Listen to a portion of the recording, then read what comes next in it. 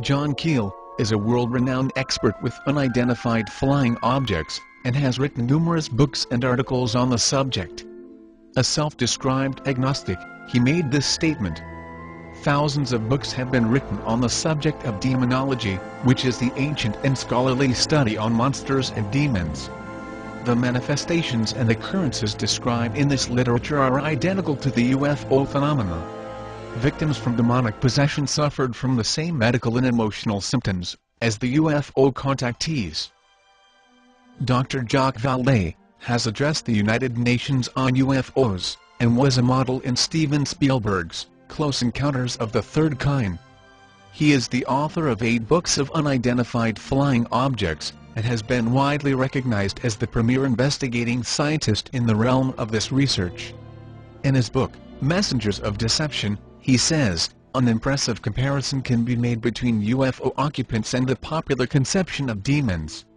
And in his book, Confrontations, he writes, the medical examinations to which abductees are said to be subjected, often accompanied by sadistic sexual manipulation, is reminiscent of the medieval tales of encounters with demons. He also made this statement: "I believe when we speak of UFO sightings, as instances of space visitations, we are looking at the phenomenon on the wrong level. We are not dealing with successive waves of visitation from space, we are dealing with a control system." And he states, UFOs are the means through which man's concepts are being rearranged. They are engaging in a worldwide enterprise of subliminal seduction. Jacques Vallée, at least at that time when he wrote that book, was an agnostic. Interesting that he comes to basically the same conclusions I do as a Christian from my research. And he said about UFOs, they're real, but they're not physical. They're messengers of deception. And this was based on his research of about 20 years. They seem to be psychologically preparing, setting us up for some ultimate delusion that is too horrible even to imagine as yet. I would agree with that. In Close Encounters of the Third Kind, that first film that came out about UFOs, the house that the mother and little boy were living in, the toys began running around and screws unscrewing in the presence of UFOs. What the film was saying was the same people that run UFOs run haunted houses. And I would say that's absolutely true. If you believe in the God of the Bible, by default, you must acknowledge the reality of demons. Most people do not recognize the fact that the Jewish faith, Christianity, and Islam are based on the very same God, the creator of this world. All these faiths are adamant about the reality of demons. But the presence of demons has been grossly misunderstood and misused. It is imperative to dismiss the claims that can be explained. The majority of accounts of demons are based on emotions, lack of understanding, and pretentious motives. However, there are a substantial number of reports which are believable, with creditable witnesses. It also requires a spiritual understanding, something which the skeptics don't have. Many people who dismiss these ideas will not believe if they don't see something physical. A spiritual understanding is similar to the wind. You can't touch it or see it, but you can experience its presence. This is a perfect analogy of UFOs and the alien greys. These beings are highly intelligent. Their first objective is to deceive man. Judging our modern culture, they are very successful. The Bible and early Jewish writings call them Nephilim. That was his power. The greatest trick the devil ever pulled was convincing the world he didn't exist.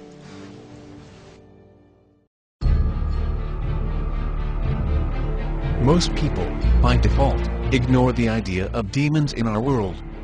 But if you have an encounter yourself, your life will change. Many people attribute their encounters as ghosts, paranormal activity, or UFOs. I hear people refer to spirits as a dead relative watching over them, but most accounts have an evil nature. The majority of reports are based on emotions and misunderstanding. This is a contributing factor to disbelief. The truth is, the majority of people will not have an encounter strong enough to force the realization.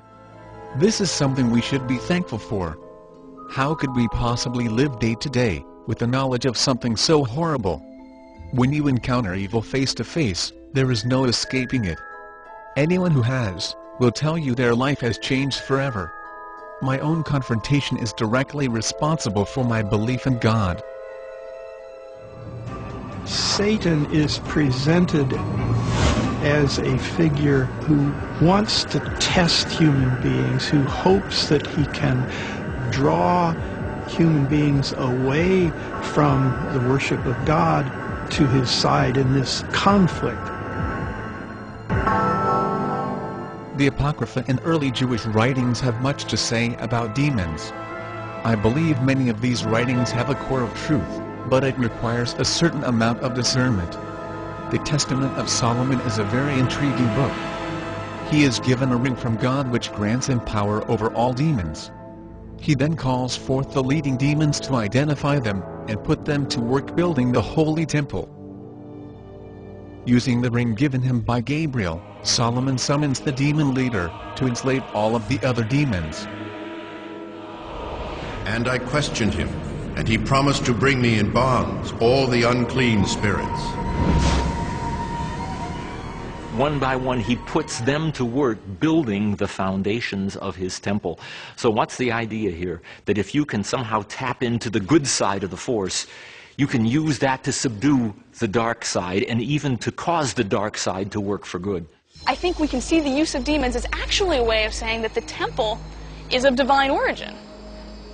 It wasn't a bunch of stone cutters and bricklayers that built the temple.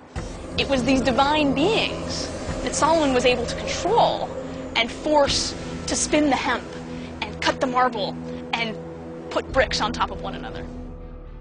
Jesus refers to these accounts and the power Solomon had over them. Sometime near the year 30 AD, a crowd gathers in a small village around a lake called Gennesaret. Here the residents of this Roman province called Judea witness a miracle. In the process of healing a man, Jesus is accused of having a demon. In his rebuke, he refers to the Testament of Solomon and says he has greater power. This very statement gives legitimacy to the Testament of Solomon. At least we know there is a core of truth here.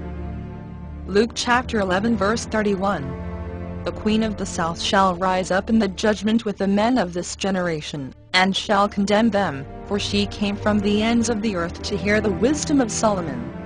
And behold, a greater than Solomon is here. He says this in the middle of an exorcism of demons. He says, for behold, someone greater than Solomon is here.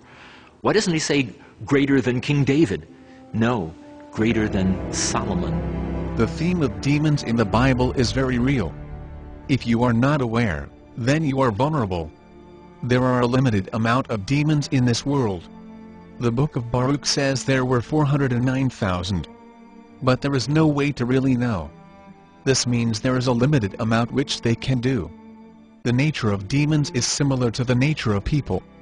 Demons can be meek, and they are vicious, and every combination in between. The Jewish Midrash explains some of their qualities. Noah took demons into the ark and thus preserved their species. A demon named Og went with Noah to plant the vineyard and made a condition with him not to interfere in any way with his work, or he would injure him. Demons are also known as the hairy ones, as the prophet describes in Isaiah chapter 13. The word means demoniac agency as well as flames.